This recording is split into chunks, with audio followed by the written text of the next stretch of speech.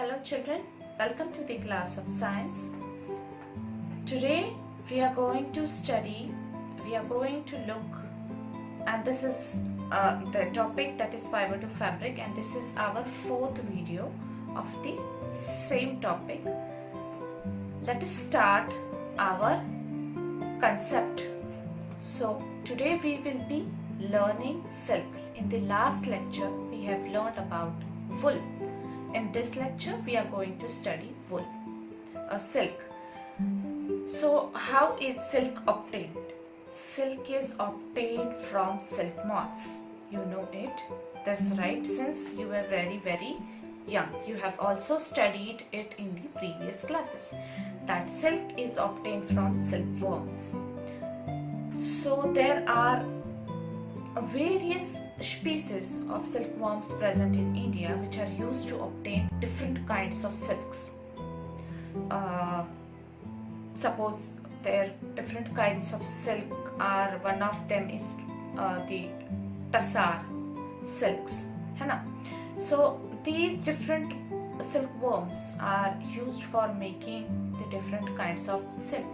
Silk is said to be the cheapest, the expensive fiber, because it takes a long process, and near about 5,500 of silkworm produces 1 kg of silk, and this is the reason that why this fabric is so expensive. Okay, so let us start with this silk. The rearing of silkworms to obtain silk, we call this branch of science as sericulture.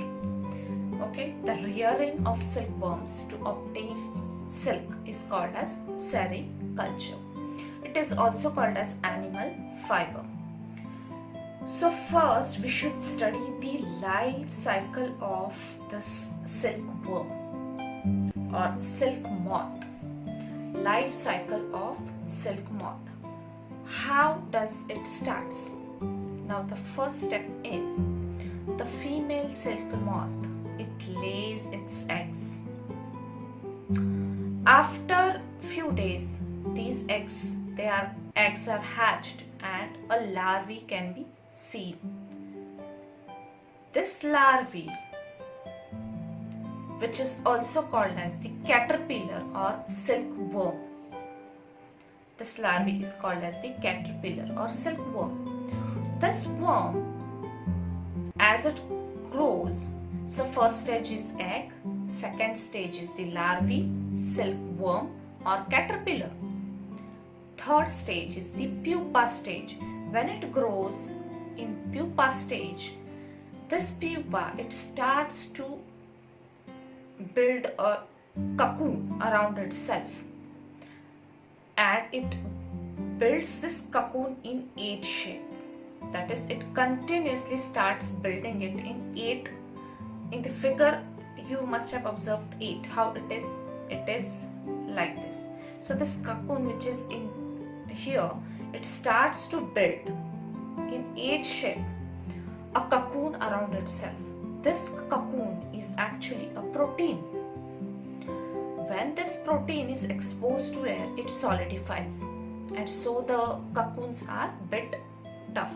For what purpose it is building a cocoon? To protect itself. But it is not knowing that it is giving humans one of the valuable fiber, that is the silk. When these cocoons are boiled in water and then further processed, we obtain silk from these cocoons. Okay, so in this way, by building this netting the thread around itself, this cocoon, in this cocoon, this pupa is growing and growing, and after pupa it grows into the stage of moth, M-O-T-H, that is moth. We call it as silk moths. They are, in appearance, they are like butterflies, and that is the advanced stage. So what is the duration of whole of this process? That is from right from the laying of eggs to getting converted into the moth, the duration is 2.5 months, max 2 months, 2.5 months. That is, this for this life period, short period of lifespan, it lives for 2.5 months. This, and a variety of silk moths can be seen. There is not only one species of moth, there are variety of silk moths. Variety of silkworms are present, which gives us different types of silks. For example, I have already told you this Tasar, Muga, Kosa are all different types of silks which are obtained from the different silk moths. So these cocoons, we are not interested in the worm or caterpillar, we are interested in the cocoons. These cocoons are further obtained to obtain the process to obtain the silk. So these are the various stages of life cycle of a silk worm. I hope, student, you have understood this. Now just watch out our next slide. In this you can see the various stages. They are explained in the form of diagram.